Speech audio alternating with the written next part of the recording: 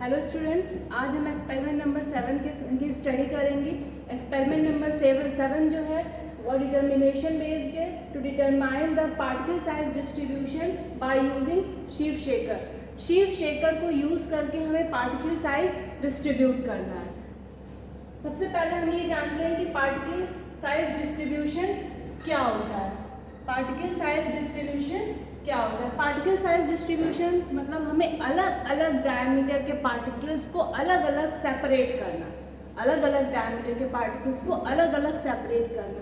और ये सेपरेशन आपका कई तरीके से होता है, by using sieving method, by using microscopy method, by using sedimentation method. ये 3 मेथड यूज किए जाते हैं पार्टिकल साइज सेपरेशन के लिए, जिसमें सीविंग मेथड में आपका सीव शेकर यूज होता है। माइक्रोस्कोपी में अलग अलग तरीके के माइक्रोस्कोप यूज किए जाते हैं। सेडिमेंटेशन मेथड में एडहेंसन पिपेट मेथड यूज किया जाता है। सीविंग मेथड का सीविंग, अब नेक्स्ट है आपका ये सीव शेकर। सीव शेकर क्या है? पर्टिकुलर इंस्ट्रूमेंट जिसको यूज कर रहे हैं हम इस एक्सपेरिमेंट में पार्टिकल साइज डिस्ट्रीब्यूशन करने के लिए। सीव शेकर आपका अलग अलग प्रिंसिपल्स पे वर्क करता है, जैसे ओसिलेशन, वाइब्रेशन या जिरेशन। ओसिलेशन, वाइब्रेशन या जिरेशन। ओसिलेशन क्या है? आपका to and fro process. Molecules एक साइड से दूसरी साइड की तरफ रन होते हैं और उस तरीके से रोटेट होकर के पार्टिकल साइज डिस्ट्रीब्यूशन होता है। वाइब्रेशन, वाइब्रेशन आपका पार्टिकल्स वाइब्रेट करते हैं, उसकी वजह से पार्टिकल साइज डिस्ट्रीब्यूशन होता है। जिरेशन, जिरेशन में किसी थर्ड मशीन या थर्ड इंस्ट्रूमेंट की वजह से उस जो मटेरियल है उस मटेरियल में मोशन होगा, उस मटेरियल में मोशन होगा और उस मोशन की वजह से पार्टिकल्स सेपरेट होंगे। अगर जो सीव शेकर है, अगर sieve shaker manual operation based है, अगर sieve shaker manual operation based है तो वो वर्क करेगा as a principle of oscillation, यानी टू एंड फ्रो प्रोसेस पे बेस्ड होगा। और अगर सीव शेकर आपका इलेक्ट्रिक बेस्ड है, मोटर लगी हुई है, तो नॉर्मली वो वर्क करता है आपका वाइब्रेशन बेस्ड पे।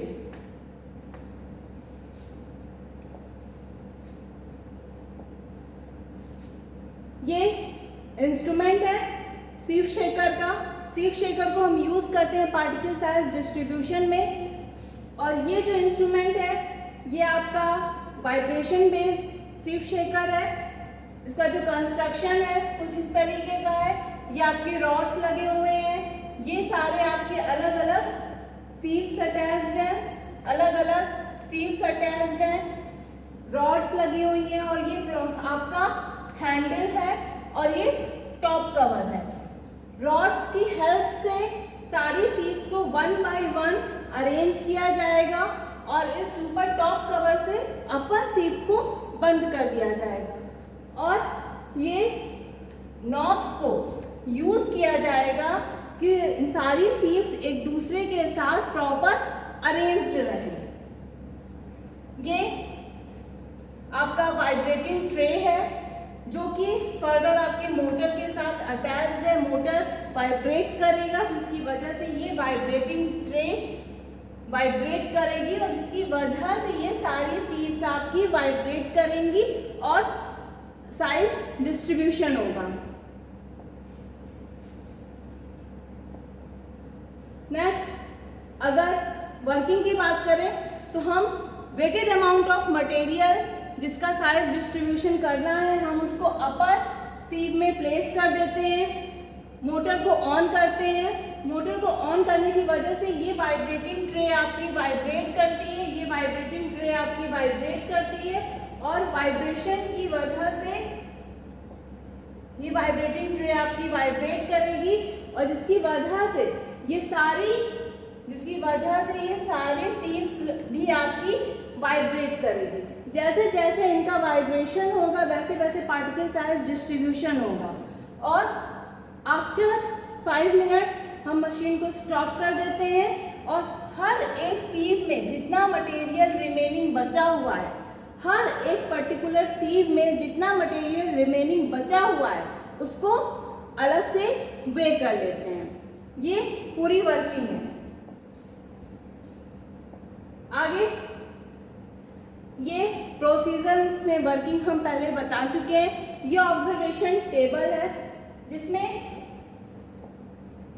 सीरियल नंबर, सीव नंबर 10, 14, 20, 28, 35, 48, 65, 80, 100 ये सीव नंबर है। Total weight of the powder sample, total powder sample का वेट मान लीजिए हमने 100 gram powder coarser powder sample लिया हुआ है। Weight retain on the sieve, sieving करने के बाद हर एक पर्टिकुलर सीव में जितने पार्टिकल्स रिटेन हैं हम उनको इंडिविजुअल वे करके यहाँ पे मेंशन करेंगे। इंडिविजुअल वे करके यहाँ पर मेंशन करेंगे। जैसे सीव नंबर 10 में कितना पार्टिकल्स रिमेनिंग है वो यहाँ लिखेंगे, सीव नंबर 14 में कितने पार्टिकल्स रिमेनिंग है वो यहाँ लिखेंगे, सीव नंबर 20 में कितने पार्टिकल्स रिमेनिंग है वो यहाँ लिखेंगे। हर एक इंडिविजुअल सीव में जितने पार्टिकल्स रिमेनिंग है हम उसको यहाँ पे मेंशन कर देंगे। इसके बाद हमें weight retain on the sieve ये पता चल गया। अगर हम total weight of the sample में से वेट रिटेन को माइनस कर देते हैं तो हमें ये पता चल जाएगा कि हर एक इंडिविजुअल सीव में से कितने पार्टिकल्स आपके पास आउट हो चुके हैं।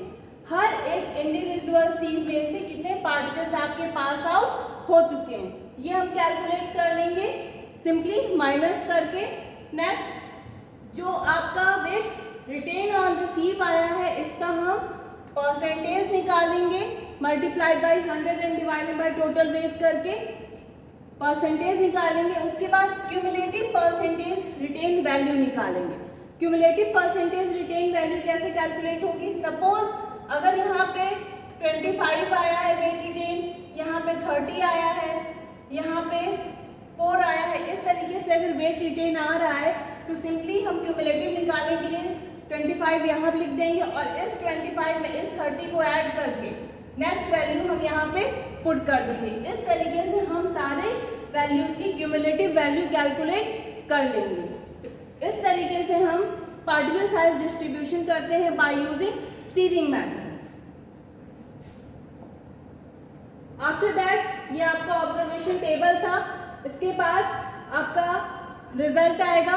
हम जो भी हमने रिजल्ट फाइंड आउट किया है अकॉर्डिंग टू डिफरेंट सीव्स उसको हम मेंशन कर देंगे कि अगर हम साइज डिस्ट्रीब्यूशन कर रहे हैं तो हम किस तरीके के पार्टिकल्स का साइज डिस्ट्रीब्यूशन करने के बाद हमें क्या रिजल्ट ऑब्टेन होता है।